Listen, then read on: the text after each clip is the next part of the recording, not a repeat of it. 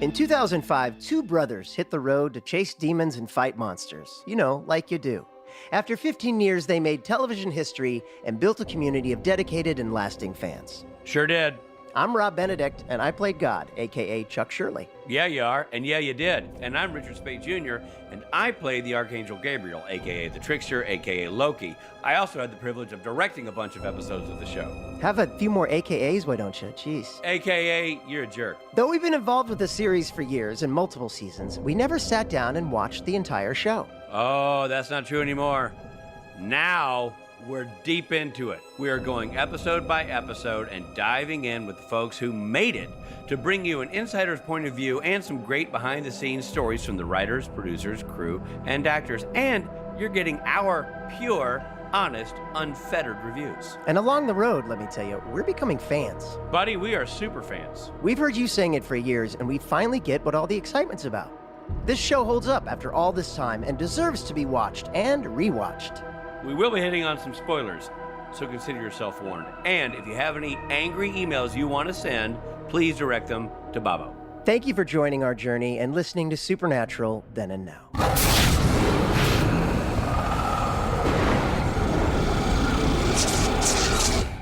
Hey everybody, this is Rob Benedict. And I'm Richard Spate Jr. And we're reviewing Season 4, Episode 17, It's a Terrible Life. No, it's not, buddy. You just got to look at the bright side. All right. There's a lot of great things to think about. You're right. Including doing this podcast. I think doing this podcast is really fun. You're right. And it's a great time to bond with, you make me laugh. Okay. You make the people laugh. It's just, I don't like hearing you talk like that. So let's, just clean slate. Okay. Say the episode title and let's get into it. Okay. Well, Season 4, Episode 17, and the episode is called It's a Terrible Life. Dude.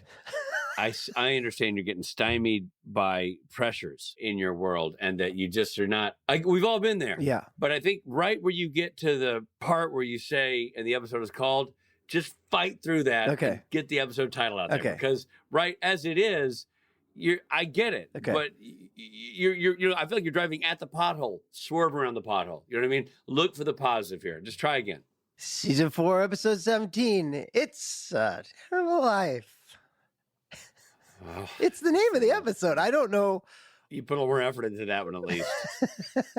You tried. Hey, we want to say to you all, to anyone still listening, thank you for listening. We really appreciate our listeners. And here we are. We're going into our third year, and you're still with us. And that's exciting. Can you believe it, Rich? And I want to reiterate what Rob is saying. Mhm. A lot of podcasts don't appreciate their listeners. It's true. They're kind of they have a listeners be damned approach to podcasting. Yeah. And that is not who we are. No. We've always said from the outset, hey, we're making an audible program. Yeah. Let's make it also listenable.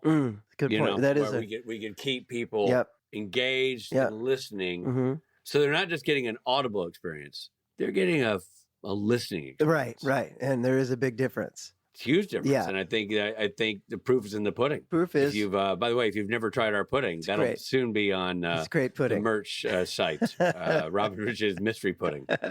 So we're sorry you'll never get that time back, but we're thankful that you're still with us. Yeah, we are. You know who we don't thank enough, Robert? Who's that? Me. It's true. You know who we also don't thank enough? Who's that? Supernatural Wiki. Mm. It's one of our sources. We use them for fun facts. We use them for mythology. It has so much great info about the show, what the cast is currently up to, and all kinds of trivia, news, and content.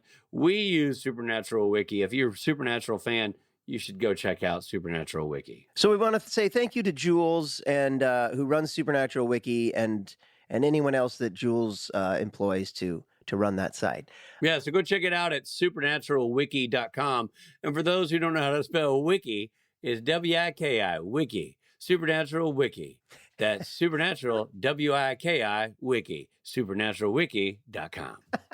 That was a good ad. Good ad read. And Thank you. Robbie, why don't you summarize this episode because you're really good at doing that, and this is what you do, and it's 2024, and why should we stop doing what you do well when you do it well? that's right. Here we go. First summary of 2024. We see Dean getting ready for his day in an uncharacteristic way. He puts on a suit. He jumps in his Prius. He puts NPR on the radio instead of rock and drives to his desk job at Sandover Bridge and Iron Inc. His day is pretty much a mundane office day, making sales calls, speaking with coworkers, and trying to impress his boss, Mr. Adler. This isn't Dean Winchester, it's Dean Smith. In the elevator, he meets a tech support staffer, Sam Wesson, who looks a lot like Jared Padalecki. And they don't seem to know each other. I think it's interesting that Sam Wesson didn't recognize UNC basketball coach legend Dean Smith. I know, when he right? got on the I elevator. was thinking that too. He had no questions about the Jordan Perkins years, like nothing. Crazy. Later, Sam goes about his job while chatting it up with fellow tech support worker Ian.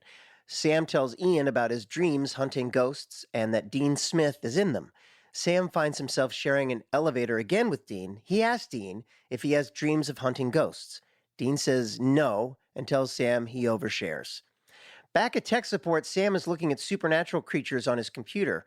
Coworker Ian is summoned to HR, and another coworker, Paul, is panicking over some work he believed he lost. Later, after everyone has left work, Paul has been unable to recover his files and kills himself in a microwave, which we'll talk about later. I didn't know you could do that.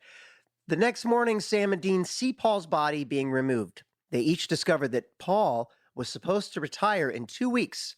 Sam's coworker Ian is summoned to Dean's office. Dean tells Ian to fix a minor paperwork error. Ian overreacts and rushes to the bathroom. Dean follows him, and there Ian stabs himself in the neck with a pencil. Dean rushes to his side to help as Ian dies in Dean's strong, protective arms. That is how it's written. Ian dies Not on my copy. in Dean's strong, protective, sexy arms. Dean catches the sight of an old man ghost in the mirror. Dean asks Sam to come to his office and starts asking him questions about who he is and how long he's been at the company. They each have been there about 3 weeks. They believe the suicides might be related to the ghost that Dean saw in the mirror. They go to investigate the 14th floor and find a third employee being attacked by a ghost.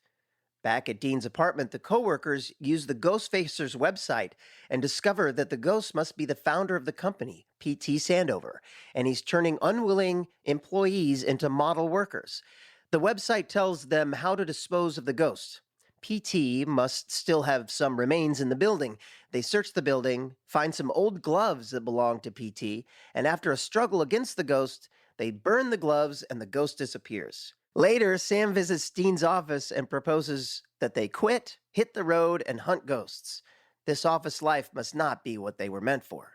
Dean doesn't buy it and kicks Sam out of the office. The next day, Sam quits his job. Dean's boss, Mr. Adler, visits and tells Dean how impressed he is with him and that someday Dean could be senior VP. Dean quits, saying he doesn't think this job is for him. Suddenly, Mr. Adler laughs and taps Dean on the forehead. Dean Smith realizes he's Dean Winchester. Mr. Adler introduces himself as an angel and that he is Castiel's boss. After Uriel's death, he had to come down to check things out. He put the boys in this scenario for Dean to realize he is 100% Hunter, and this is what he is meant to do. And scene. And scenes. Well, I mean, let's dive right into it because it's time for Rob and Rich Review. I liked it. I'll start. Okay. I enjoyed it. I thought it was really interesting seeing the guys. It was intriguing seeing the guys in a different scenario. You knew something was up. You didn't know exactly what. Watching them kind of discover paranormal activities that they were so used to in their previous actual lives. It was funny watching them be kind of confused by it all. I thought Corporate Dean was really funny in that environment. And of course, the incomparable Kurt Fuller. Yes. Just crushing it right out of the gate. First line, walking by the door, finger gun, pointing at Dean. Yeah. Like, super fun. Great episode Yeah. of TV with Kurt Fuller shining brightly and just, doing what he does so well. Yeah, I agree. It's the first thing I thought is like, wow, season 4 was really good. Like so many of these episodes are pretty classic. It's always fun when they do things to mess with the show and they put you in a different reality. Right, it's kind of fun. They sort of take liberties with the like I don't know if this counts as a meta episode, but it's like that kind of thing. Yeah, they're and then to see Sam and Dean playing that they don't know each other and things like that. I did feel like by the end of it, this is just it. This is it. He taps Dean on the forehead. The whole thing was just an alternate reality, and we're back to real life. But that stuff did happen. They were there. They really did kill that ghost. That stuff happened. Right, but it wasn't that a scenario set forth by Zachariah to sort of test them, or was it? I guess so. Yeah, and I was left with just a few hanging threads that I wasn't quite sure what. Like Sam quits. We never go back to this. That's it. I thought it was a setup, a scenario. Okay. He put them in a scenario to see if their instincts would kick in, and they did. And that was the test. Yeah, I guess that's right. I'm overthinking it.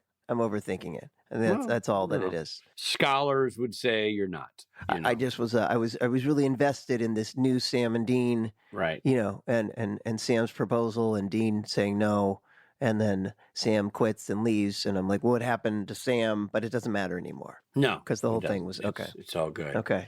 So I thoroughly enjoyed it, and I thought all the guest stars were great. Yeah, dude, like the guy who played Ian. Yeah, Jack Plotnick. Yeah, Jack Plotnick. He's great. Yeah, he works all the time. He's so fun. Yeah. So, and AJ, stem to stern, really solid. AJ and Travis coming back. Oh, yeah, that's right. Yeah. They were great. And they're like slamming the Winchesters bit. It was really, really funny. Yeah. And it was great watching Sam and Dean need to refer to them. Yeah. It's basically how I solve all my IT problems, is going online and doing that. Yeah, totally. And I also think that's an early form of what is very common now. Like, hey, we have a problem. Let's go on the internet to solve it. We'll find some experts. Yeah, totally. It's really clever. Yeah. Yeah, so it was great. It was a super fun episode. Okay, well, ironically, you've shaved your beard. I've shaved my beard. So I don't know if that's like that's a sign, but you've got no beard. Nevertheless, what's your beard rating? Okay, my beard rating this is a meta beard rating. So people are going to have to go with me on this. It's not going to make sense when I say it. It'll make sense to you. It'll make sense to Steve Hine, but it won't make sense to fans and listeners of the podcast. Great. That's the way that's how we roll. Right. We want to confuse people. Yeah. I give this a January 2024 Kurt Fuller.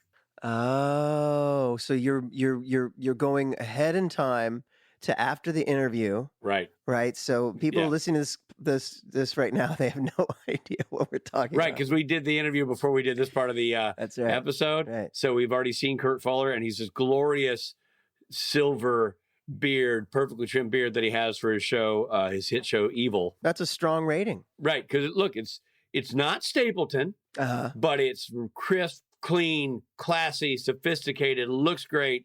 Yeah. Works on every level. Yeah. No reason to get rid of that beard. Kurt Fuller, January 2024 beard. It's a winner. Okay. Wow. Great. Robert?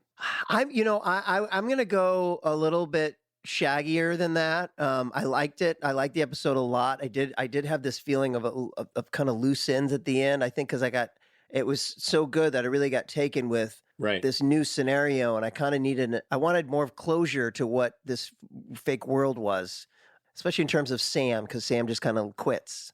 But I guess it's not Sam's thing; it's Dean's thing, because Dean's the one that's been chosen. But nevertheless, I'm going to give it to Captain Lou Albano, which I've given once before. Yeah. You have to look it up. He was, if you know Cyndi Lauper in the '80s, he Tenacious D. He's in there in a Tenacious D episode. Captain Lou Albano is. Yeah, I'm pretty sure he plays the Sasquatch guy. He had an awesome beard, but he always had like rubber bands in his beard, so it was a little bit like needed a trim. Yeah, he would do little like ponytails with his beard. Anyway, I'm going to give it to Captain Lou Albano. Obviously not perfect in my mind, but like really fun, super fun, and could use a little trim at the end just to tighten up those loose ends. Speaking of tighten up loose ends and a little trim to get a well-crafted and well-manicured beard, Rob, why don't you segue into our interview guest? Well, it's funny. Speaking of Rich's review, it's just so happens that our guest today is Kurt Fuller. What? I didn't know that. Yeah, it's such a treat. Can't wait to talk to him. You can currently see him in the show Evil, as Rich was mentioning, on Paramount Plus. Recently, he's also been featured in the reboot movies of Psych, because, of course, he was in the show Psych, and the reboot of Night Court.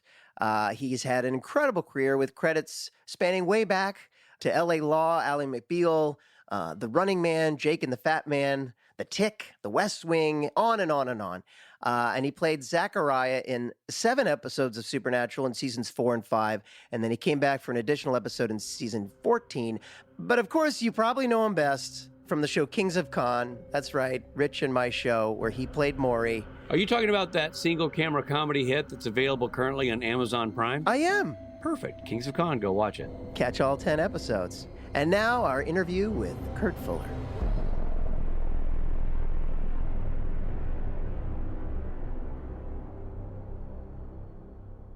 Kurt Fuller, as I live and breathe, so excited you're here with us in person. Shocked. Well, Shocked is the word. no one is more shocked than for me to be here. I did the last one and I said never again, and yet here I am. You gave your agent specific instructions. Yes. Block these emails. Oh my God! But no, I'm happy to see you guys. Yeah. I only see you from afar. So I know. It's great to see I know, I know. man. It's a shame that is the way it has gone, but here we are. And now you have, for those who can't see, a glorious beard right now that I assume is for a Hollywood role well, of some kind. it is. It's I do a show called Evil on Big hit show, by the way. Big hit show. It's going into its 5th season. That's pretty good. Amazing. Yeah. And I play a psychiatrist, so they dig deep in TV. They asked me to grow a beard. Yeah, because psychiatrists have beards. Psychiatrists grow beards. Yeah, they have beards. Yeah, that's what they do. I wear a tweed coat, and I don't have to act. Yeah. I just show up in the beard and start talking. Yeah, at that point, the suit's doing the work. Yeah, you know what exactly. I mean? It's, Yeah. well, you look fabulous, as always. Thank you. We've worked with you in many capacities and many different projects. Yes. Now we get to talk to you about one that all three of us worked on together, Supernatural, and the origin of Zachariah and how you came to be on this behemoth that is Supernatural. I miss Supernatural, by the way. Still. Yeah. I miss doing it. It was when you get to towards the end of your career, you look back and the things that you appreciate and remember are when you were working with great people and everybody was working towards the same thing, and that was Supernatural. Yeah. I mean, you guys awesome. probably don't feel that because you were climbing to the top. And, I remember you guys just trying to sabotage everything. But That's right. Yeah. That's right. No, the good thing when I got the call, I had to audition for Supernatural. Did you? I Okay. wondered. Okay. Yes. Yeah. No. Oh yeah. I had to read for it. And but when I read it, because I told my agents, no more bad guys until I play good guys. I've got to, because if you play too much of the same thing, that's all you get. That's all people think about you. Right. So you have to try and play different things. It helps Right. with longevity. Yeah. And my agent goes, well, you're in luck. This is an angel. Right. And I said, oh, great. Fantastic. So I was very enthusiastic. And even in the first, and in this episode, I was helpful. I seemed to, have some powers, but I seemed like a pretty good guy. Sure. And Yeah. and I actually was telling everyone I'm playing an angel. I'm breaking through. I'm playing good guys. This is going to really help. And then, of course, I've played one of the most despicable people that exists. Yeah. But I went into it with the best of intentions. Yeah. I'll tell you that. Yeah. I was thrilled. Yeah. Now, did you know at the beginning that he was going to roll into season 5 and it was going to be No. recurring? You didn't? Mm-mm. No. Huh. No. They say possible recurring. Well, they say that all the time. True. Yeah. To Yeah, try and yeah, get you to that's- do it. yeah. You Yeah. Unless you actually sign for it. Yeah. So If their lips are moving, they're lying. That's how I. But the contract, doesn't say. No. That's interesting. I think it's interesting that you auditioned only because even at the time you were doing this episode of TV of Supernatural, you had a massive resume. Like you were a big deal guy. Well, I was a big deal character guy. Yeah, that's different than being a big deal guy. Ahoy, Rich Spade here. Hope you're enjoying the episode, but we got to pull over for a second for some messages. Hey, this is Richard Spate. You know what? It's 2024. It's a brand new year, and I bet you made some New Year's resolutions, and I bet one of them was to eat healthier. Well, you can get cranking on that resolution right now, my friend, with Factor. Factor's ready-to-eat meal delivery takes the stress out of meal planning and sets you up for success in the new year. Skip the grocery stores, the prep work, the cooking fatigue. I'm getting tired just talking about it. Instead, get chef-crafted, dietitian-approved meals delivered right to your door. With over 35 meals to choose from per week, including options like keto, calorie smart, vegan, and veggie, and more, plus over 55 weekly add-ons, you will have a ton of nutritious and flavorful options to kickstart this resolution off right. Forget frantic lunch prep and rush dinner making. That stinks. Factor's 2-minute meals, yes, I said 2 minutes, are your secret weapon in the new year. You get to fuel up fast with restaurant quality meals all delivered right to your door. It doesn't get any easier than that. And Factor now offers loads of snack options like breakfast, smoothies, juices, snacks, and more to keep you going no matter what's on the schedule. So I know what you're asking, Rich, how do I tap into this Factor magic? You head to factormeals.com/SPNTAN50 and use code SPNTAN50 to get 50% off. That's a lot off. That's code SPNTAN50 at factormeals.com/SPNTAN50 for 50% off. Make that resolution happen now and make it happen at a discount. Fantastic food that's healthy and delicious and delivered right to my door. Now that is how you start the new year off right. Thanks for listening. Now back to the episode.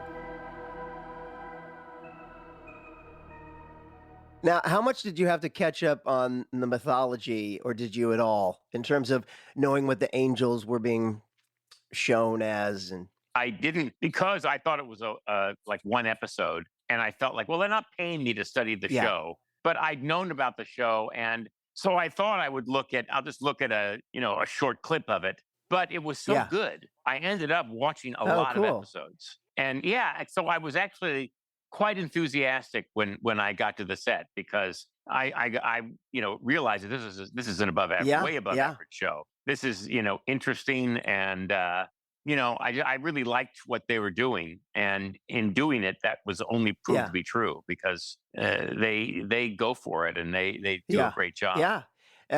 It's funny that Rich and I are doing this rewatch podcast because we get to actually watch the show for the first time. So for me, it was the first time I'd seen this episode, and I love at the beginning the sort of hint. You get this big juicy scene at the end with Jensen, but the beginning sort of you as the boss going like, was that improv at all? Was that all scripted? That was thanks for making me go back. 30 years. But it's something you're doing the whole like. Love what you're doing, and you kind of fingers pointing with him. And Oh well, that was improv. Yeah, it's funny. I did what they wanted. First, I do what they want. Right. Then I do what I want. Sure. And sometimes they pick it, and usually they don't. Right. That's interesting, because we worked with you, and you never would do what we wanted. You would just skip that first step. I'm kidding. How dare you? How dare you? My God. I thought you skip that first step. Do what you want. No, it's, please, everything you do is genius. Oh, stop I still laugh at it's steel, not stainless steel. Oh, it still makes me laugh. We're talking about a Kings of Con joke for people who are following along at home. But and then in that final scene that at the end, it's almost like you're playing two different characters, because start of the scene and then just kind of reveal who you really are. When I touch his forehead, and I mean, that's when I started thinking, this could go south for me. Right. I could be going to the dark side. This is a dark side moment. And but I didn't ask anybody. I didn't want to know. Yeah. Really. It's sort of like when I hate to go back to this, but I did a movie called Midnight in Paris with Woody Allen. Yeah, you did. And you're great in that. Oh, stop it. Thank you. Let me just bend down and pick the name up for you. Yeah, I'm sorry. This is really. But he never tells you anything. Yeah. He never tells you. He doesn't want. I didn't know whether I was playing, a liberal or a conservative or a nice guy or a bad guy, and he wasn't answering any questions. And so, are we talking about Woody Allen now? Is that what yes, we're on to a topic I want to talk about. I guessed, and sort of the same thing with this, touching his forehead and stuff. I was just guessing, but I guessed right. But I wasn't about to ask. I just don't. I think guessing is good. It makes it more interesting. Yeah, sure. It worked too. Exactly. I think that's kind of the job, especially guest star actors who are coming in to, the train was cruising at 80 miles an hour last night. Now you're stepping in there. I always feel like strong, crisp decision making is your friend, and then they will adjust from there. Versus, so what are we talking about here, guys? Exactly. What's the vibe? Because it's very intimidating to come onto a show. It is. It's a train going down the track, and you're trying to catch the train, and it doesn't slow down for you. And so I sort of think I just don't want. I want to stay out of the way. I don't want to be a problem. I don't have any voice. Nobody cares about me. I'm just going to do my thing. Yeah. And that's what happened on this show. But they were more than happy to tell me anything I wanted to know. I just didn't want to. Right. Yeah. No, that's an interesting. I get it though. Like, and honestly, the you probably didn't know much about the show at all before you starting on it. No, I did not. You were kind of like there had been Robert Wisdom playing a clearly bad angel, right? And Misha playing a very you're not sure who he is. So it wasn't even a fully established tone for the angels yet. It wasn't like they're all this or they're all that. Right. You know what I mean? Oh, and Julie McNiven, who played a very sweet and kind and helpful one. So they're all over the map. So I think it's like coming in with your own instincts is probably the stronger move in that situation, especially for somebody with your pedigree. Like you know how to read a script and make choices and make it interesting. Like Rob said, you're funny in that first bit. Right. It's like a scene from Office. Yes, exactly. Exactly. Yeah. I know. But the thing is, and what people don't realize, show like this or a show like Lost that has a whole world. There's a whole world going on. And as a viewer, you think, oh, well, they've got this all worked out. They know where it's going to go. They know what's going to happen. This is all plotted out 9 shows in advance. Well, it's not always. And so what I did, I think, helped inform what they decided to write. 100%. And 100%. It's not like they don't know any more than I know. They're maybe 2 weeks ahead. And so I think the way I played it, and I played him as a guy who thought he was hilarious. He had all these horrible biting things with Jensen, and I just played him as a guy who just thought he was one of the funniest people on earth. That's funny. That's great. And it was all sort of, so they wrote to that. And it made it easier. I informed the character and they informed me back. And I like that. Yeah. A lot of people who think these things are all worked out. I don't think they are. Yeah. No, I don't think this show specifically, I really don't. I think they look at Kurt Fuller's interpretation of a character or Mark Shepard's or Rich Spade or Rob Benedict, and they go, oh, that could have been a one-off. But you know what? I think it won't be a one-off. I think what we'll do is build on that mythology. Right. And I'm glad they did. And I feel fairly confident that that's how it goes, because if you ever talk to the writers, they'll be like, I don't know. Yeah. I figured it out on later. a show like this. Yeah. It's different if you're doing on Supernatural.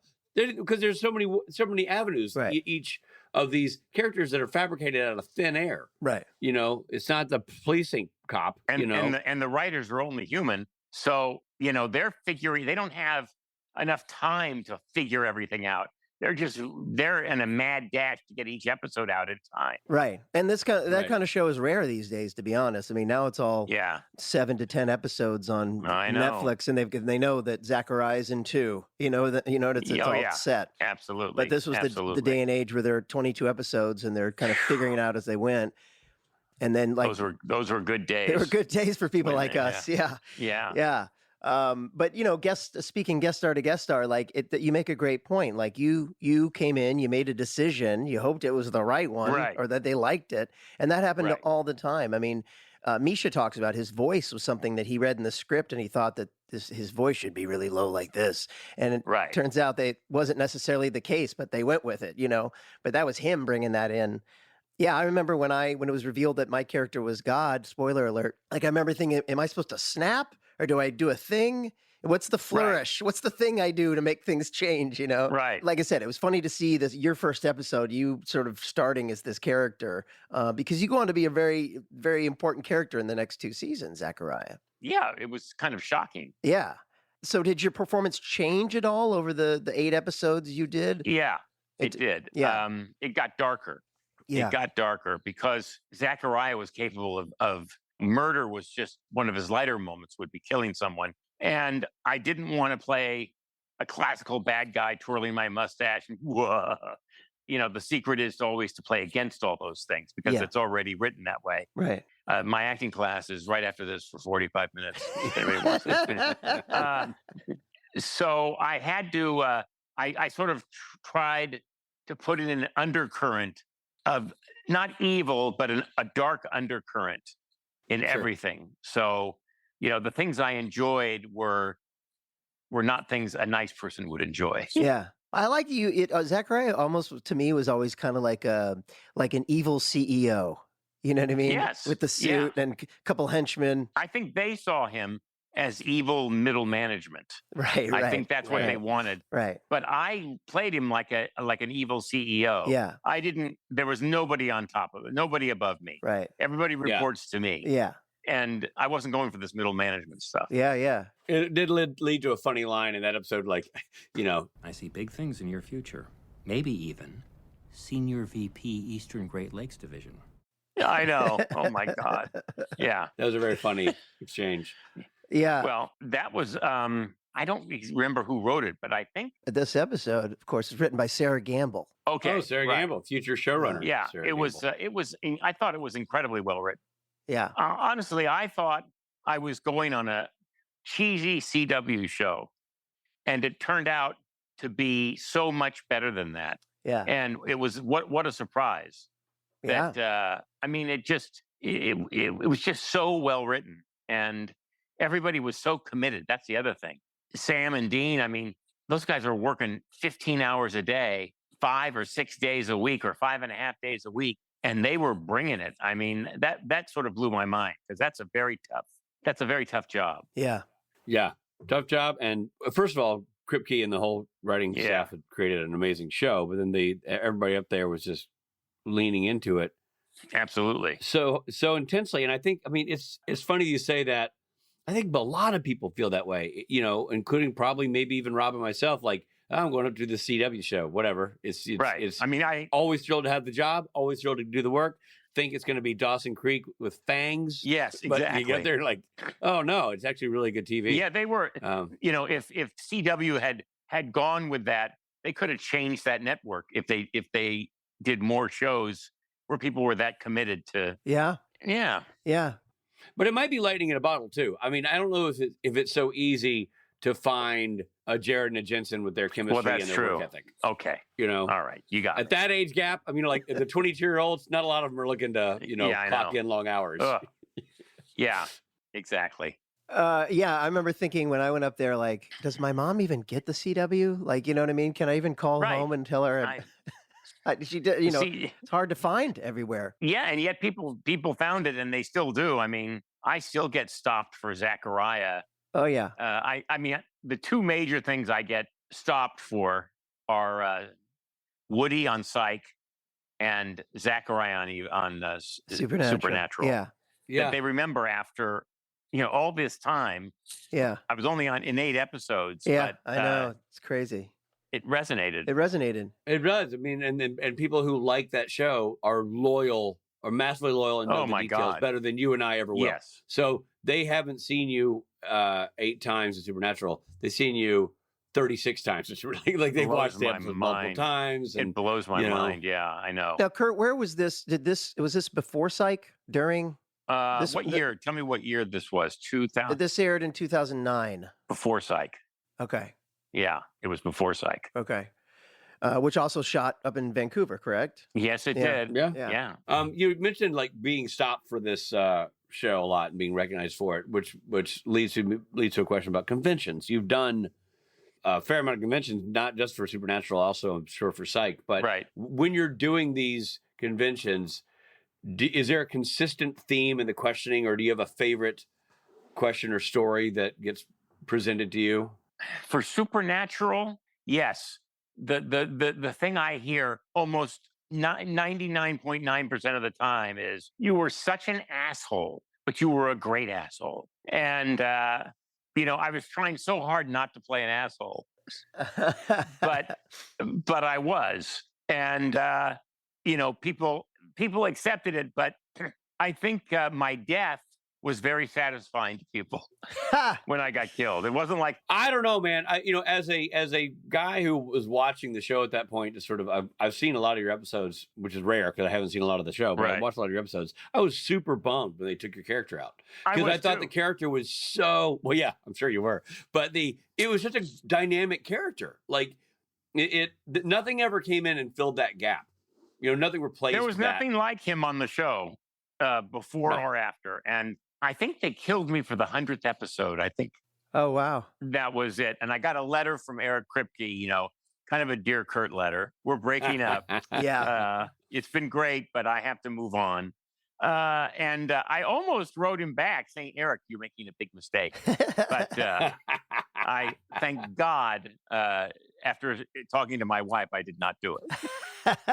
Because I really love doing that character. Oh, that's cool. I mean, Yeah, it's you fall in love with it a little bit too. It's like you like you said, we talked about, like, again, the recurring character. Like you make a choice, they like the choice, they bring you Yep. back for that choice, and then Yep.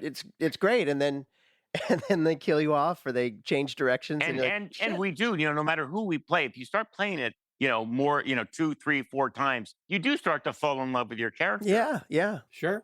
Because he was growing up right in front of my eyes too. yes, As they were learning about him, I was learning about him, and the way he evolved. And I always try to play the positives. He was really trying to make the world a better place. yeah, Right. And you don't need to kill him. He's a good guy. yeah, If you just let him do his thing, things are going to work out. And then once you get it under your in your zone a little bit playing that character, then it becomes a part of, like, the Kurt Fuller and the character Zachariah become unsplittable. Yes, You know what I mean? Like, at absolutely. that point you can't just, like, oh, now Zachariah died and now here's the next Zachariah. Like, it doesn't work that way. No, it does not. And sometimes they do that supernatural with, like, oh, this becomes multiple versions of Lilith. yeah, There was such a personality to what you did with Zachariah that it's a blessing and a curse, because it becomes once it's gone, it's gone. You know what I mean? I think the only parallel in life is when the Beatles broke up. Okay, yeah, the yeah. same thing when they got rid of Zachariah. It was like Yeah. Yeah. it was like George walking off. People, You're not the going first away. person to say that. That journalists have mused. yeah, people for always years. say, "Where were you when?" Yeah, Right? Zachariah. Yeah, right. Yeah, where were you when Zachariah got killed? Yeah. Exactly. Well, yeah, but with people always ask us, like, what character would you be if you weren't your character in Supernatural? And it's really hard to answer that question for the same reason we're talking about, because, like, if I were to say Castiel, well, Castiel's Castiel because of Misha. Yes, exactly. Zachariah Exactly. is you because And- it's you. But you, I mean, who else? Once I saw you play God, I thought it was such a brilliant way to do it, because you were so unassuming. I just love that what they do on that show is these characters could be, archetypal or stereotypical characters, Right. but the people they hire and what they bring to it, they always become, when they get really, the flesh and blood gets built into these characters. They're different than anything they could have thought of to write, because they do allow the actors to bring so much to it. Yeah. And once that character's gone, that's right. There will not be another one. Yeah. Yeah. Yeah. We're all very lucky that we got to be a part of this, because it is rare, especially now. They just don't make the show anymore. No, No. they don't. No, They don't, and they won't. they won't bring it back, will they? No. No. Well, I they're don't bringing think back so. lots of stuff. So, but yeah, I don't think they will. No, I don't think that's in the sauce. No. Rich, I think we have a final question, but I feel like you should ask it. You got it. Okay, I feel like that makes sense. So Kurt Yeah. Fuller. Yeah. I'm going forward out of this episode into another episode. In the final scene of the very next episode, monster at the end of the book, you have a Right. big scene with the character of Chuck Shirley. Can't remember the actor's name who played that well, person. I don't know. But I was curious, what was it like to work with the young Rob Benedict? Well, he's still young Rob Benedict, Thank you. but Thank you. it was like putting on an old shoe that fits. It's a little worn around the edges, Smells a little. but it was fantastic. I mean, Rob, I think you're super talented. And I was very excited to work with you. And you're great. You're a great actor.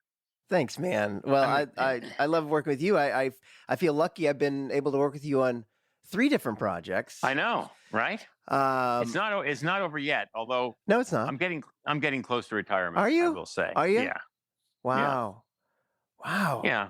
That's amazing. I know, right? What does that Yeah, look? I agree. What does that look like? Well, a lot of travel. Traveling. You know, while I can still walk. Yeah. You know, we bought God, this sounds stupid, but we did buy a place in the English countryside. No way. And right near Bath. Wow. In England, yeah. Oh so my God! Does your wife have family there? Why England? She has family there. She's a dual citizen. Great. And yeah, that's amazing. So Kurt Fuller, thank you so much. You know what we're going to do? We're going to have you back maybe for your final episode, Okay. which to most people it's like JFK, Elvis, the Beatles. You know what I mean? People Exactly. remember. I was shocked Exactly. the series went on. Yeah. I'm just going to say that right now. But believe me, are you talking about the last episode when I die, Yeah, or the I don't know. when I get stabbed in the thing? I don't Yeah. know because I've never seen it, so I Right. don't know yet. But Boy, what what a fan! what you- What a fan! well, that's why I'm doing this. I'm doing this My rewatch God. episode. I've only seen episodes I'm in, which I was in a couple of episodes with you. I get it. I get it. And you were Okay. great. Oh, thank you. You too. I mean, I've only watched your episodes. I haven't even watched mine. I just, yeah, smart. yeah. Well, But we'll But, we'll revisit you in season 5 and have you back because okay. we love you very Absolutely. much. I do want to talk about my death. So, Okay. Yes. Okay. Yeah, Good. you're on it. Okay. All right, you It's guys. your You're episode. the best. Kurt, You're the best. we Thank love you, buddy. We love you. Kurt You Fuller, too. feel Bye, better, guys. buddy. All right. Thank you. This is Jared Padalecki stopping in to say hi and let you know that we've got to take a quick break.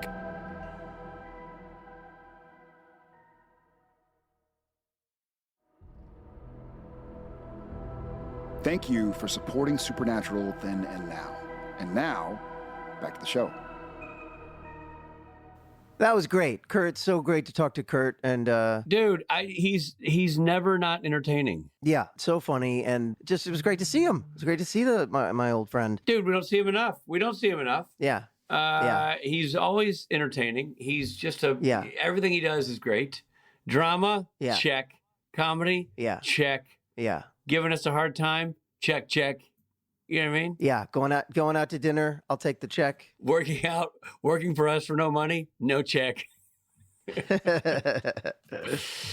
Well, you know, I'd as much as I love Kurt, I'd love to find out what the mythology of this episode was. Really? Huh. Well, I guess there's one school of thought about that, which is do the mythology. The other school of thought would be don't do the mythology, end on the Kurt thing. But I guess, you know, the people have come to expect a mythology segment. So I guess Right. what we should do now is indulge them and honor that by Mhm. doing Mhm.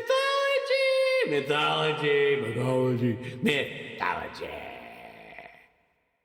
Zachariah is the most frequently occurring name in the Bible. Prophets, priests, and kings bore the name, and they were often conflated and confused in interpretations of the Bible. I had no idea. I figured Jesus would be in the Bible more than Zachariah. No, Zachariah, let's take the number one on the call sheet. But they're not saying that they're just saying there's more dudes named Zachariah. They're not saying the word Zachariah appears more. There's just it's like in your third grade class, there was like 4 Davids and 6 Johns. Tell that to Zachariah, man. But I feel like Jesus would be top billing in the Bible or God. Like, why is God not a name? I feel like they would say God. We'd hear the name God more than Zachariah. Hey, man, look, it's Zachariah. That was a studio choice. Studio said Zachariah is our guy. So at the test deal, there's 3 guys in the waiting room: God, Jesus, and Zachariah. Yeah, exactly. Man, that'd be Zachariah a got tight it. room. Wonder they're razzing each other. Well, this character was likely influenced by the angel Zerachiel. What? Zerachiel, the angel of memory, and is one of the 7 archangels that lead souls to judgment. Zerachiel is not a real high-profile archangel. I mean, I've heard of some archangels in my day. No, not this dude. Yeah, not like Zachariah, whose name appears more than any other name in the Bible. You heard it here, folks. This is like the Grand Funk Railroad guitar player. You know what I mean? Like, he didn't get a lot of face time. He's on the album. You know, he's on the album cover. Who's Zerachiel? I just feel like he's not a front and center guy, but we'll see. By the way, I'm going to start calling you the eighth archangel who leads souls to Oh, judgment. thanks, buddy. You're real judgy. Yeah, I'll give you that. Zerachiel, Brian, I'm gonna start Carl, calling you Johnny. Jerkiel because you're a real jerk. Anyway, Zerachiel, tambourine player for the archangels that lead souls to judgment. There you have it. Most likely Zachariah, name most mentioned in the Bible. And now we will segue seamlessly into fun facts, fun facts, fun facts, fun facts, fun facts, fun facts. The title of this episode is a word play on the world-famous Christmas movie classic entitled It's a Wonderful Life from 1946. Did you know that, Rich? There's a movie called It's a Wonderful Life. I had no idea. I didn't even know 1946 is a real year. That's crazy. Yeah, it's a real year. I never heard of Yeah, that. I didn't know. What is this Christmas they refer to? There's a lot in that sentence to unpack. Yeah. There's a title of this episode. You Nope, didn't know I that? didn't know there was an episode. Did you know that Sam and Dean have the last names Smith and Wesson rather than Winchester? All references to legendary American gun manufacturers. Ah, I didn't catch that. That's very witty. Yeah. I Very did witty not pick up on indeed. that either. But good. Good Wow. on them. That's great. You know, I was thinking no wonder Wesson he was oil, Dean and I was Smith. thinking, yeah, Sam, oiling up the prospects of becoming a hunter, like, lubing it up with the old Wesson oil, Sammy. You know what I mean? Wow. Is that what you call it? The prospect That's what I of thought. becoming That's a what I hunter? assumed it was. And Smith, I assumed Smith. I just naturally assumed he was some kind of iron worker or steel worker, some blacksmith, something that would involve sparks and metallurgy. Well, I thought he was the legendary coach of the North Carolina Tar Heels. Yeah, I know. We talked about that, but I feel like metallurgy had to be in there too. You know what I mean? Like it made sense that oil and metallurgy. Metallurgy? Is that how you It say is that? now. Metallurgy. Metallurgy. All right. Yeah. That's another fun fact. Dean Smith's family members' names are the dad, Bob, Oh my gosh. a.k.a. Bobby Singer, mom, Ellen, Oh my gosh. a.k.a. Ellen Harville, and sister Joe, Oh my gosh. a.k.a. Joe Harville. Wow, I missed that too. And Sam Wesson's fiance's name is Madison, a.k.a. Oh my gosh. Madison Owens. I got the Ellen and Joe part. You I missed did? and the Bob part. I missed the Madison reference. Which one's Madison? I think that's the girl from Heart. Well, Sam has a little bobblehead of Dracula on his desk, which is styled after Bela Lugosi's Dracula from the classic films. This is a reference to the episode Monster Movie from earlier in the season. Oh my goodness, that starred Todd Stashwick. While the Winchesters are living their alternate lives, the filming of this episode is colorful and brightly lit. The instant Zachariah returns Dean to his regular life at the end of the episode, the color grading goes grayer, dimmer, and the lighting dims back to the normal tones of the show. I missed that. I missed that That's a nice completely. job, I thought it was everybody. just my room. I thought that there was just my room, my Yeah. stupid TV. Dean's outfit with white collar, blue shirt, and suspenders evokes clothing worn by the character Bill Lumberg, the passive-aggressive boss Oh my from the gosh. film Office Space. Yeah, I kind of caught that. And that character was Yeah, played I by kinda Gary caught that Cole, and Gary because of the Cole, who was suspenders. in season 3. True. Yes. And now he's on some show. He's like leading some network television show. Attaboy, Gary Cole. Yeah, man. Good for him. Yeah. The company name Sandover may be a reference to The Changing Light at Sandover, an occult-focused epic poem by James Merrill in which he claims to communicate with demons and angels. Now, I didn't get the Wesson and Smith. I didn't get the Madison reference. I was slow on the Office Space reference, but this one I got. Like, I knew that for sure Sandover sure. was a reference to The Changing Light at Sandover, the occult-focused epic poem by James Merrill, in which he claims to communicate with demons and angels. That was just on the nose. You know what I mean? If I had a nickel for every time you quoted the Changing anything Light by at Merrill. Sandover, I'm a James Merrill the guy. occult-focused epic Yeah. poem by James Merrill. I think it was Merrill who said, "The Changing Light at Sandover."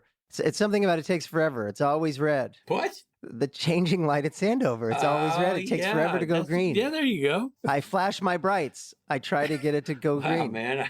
I finally That take took a right second, turn. But yeah, good one. Take a U-turn. Thank you.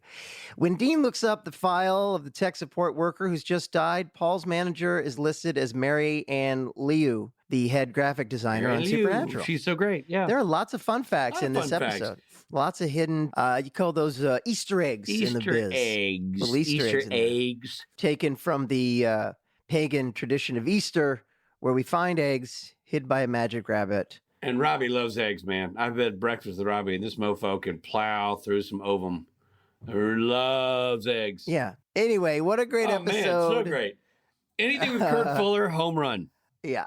Yeah. We're going to have him back on when he we are. appears again. But anyway, that's all of this episode. Yeah, man. And it feels like Christmas Eve to me because the next episode, it stars a very special someone. The next one. No, I think we're going to do it. What? I thought my contract clearly stated. I think we're going to do it. I'll call my lawyer and we'll get to the bottom of this. So stay tuned for some excitement. And until then, this episode of Supernatural features Jared Padalecki as Sam Winchester, Jensen Ackles as Dean Winchester, and Misha Collins as Castiel. Guest stars include Kurt Fuller, Jack Plotnick, Richard Side, and John Hainsworth. Plus, A.J. Buckley and Travis Wester were in there doing what they do for a bit. Do you ever get mixed up with Richard Side? I get Junior? mixed up with Richard Kind. It's a Terrible Life was written by Sarah Gamble and directed by James L. Conway. Editing by Tom McQuaid, music by Jay Gruska. Executive produced by Eric Kripke and Robert Singer. The original broadcast of this episode featured the song A Well-Respected Man by the Kinks. Executive produced by Eric Kripke and Robert Singer. This episode originally aired on March 26th, 2009. This episode of Supernatural Then and Now was hosted and executive produced by Richard Spade Jr. and Rob Benedict. Produced by Stephen Hine, written by Stephen Hine and Haida Holscher. And edited and associate produced by Trey Booty. Music provided by Tim Wynn. The episode was recorded with the help of Sonic Fuel Studios. This podcast is from Story Mill Media. Follow the podcast on Instagram and TikTok at SPN Then and Now. Become a member of the podcast at patreon.com/SPN Then and Now or on Apple.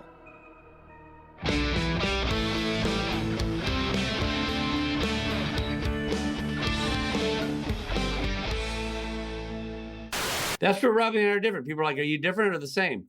We shop at the same places. We buy the same glasses. We date the same women, but we don't like the same breakfast. You know what I mean? That part is true. That is true. That is true. That is very true. Rich, what a great I really feel like episode. It's we so good almost to talk lost to you. Kurt Fuller. Like, what are you doing? Well, because you were going on about eggs. Are you oil painting? I feel like you're just doing something else. Sorry, you lost me with the eggs. Because the fact is I don't eat eggs. You don't? But yes. You love breakfast. I respect them. Okay, well, that's I don't a eat eggs switcher. anymore. I'm not your I don't eat eggs. I dietitian. haven't ate I didn't know that. I don't eat breakfast What? anymore, to be honest. That's new. That's okay. We've only been traveling together every month. And you're for the last always 2 like, years. guys, when are we having breakfast? Which led me to think that you're having breakfast. No, that's not me. That's not me. That's usually Mike or Billy. Those They boys head love down for breakfast. I go down and meet them. But yeah, they you really meet love them. breakfast. I thought you were meeting them like MEAT. Like you meet them, like a bacon sausage thing. MEAT. Yeah, no. I MEET. But hey, this is all great info for people that are just listening to this podcast. Story Mill Media.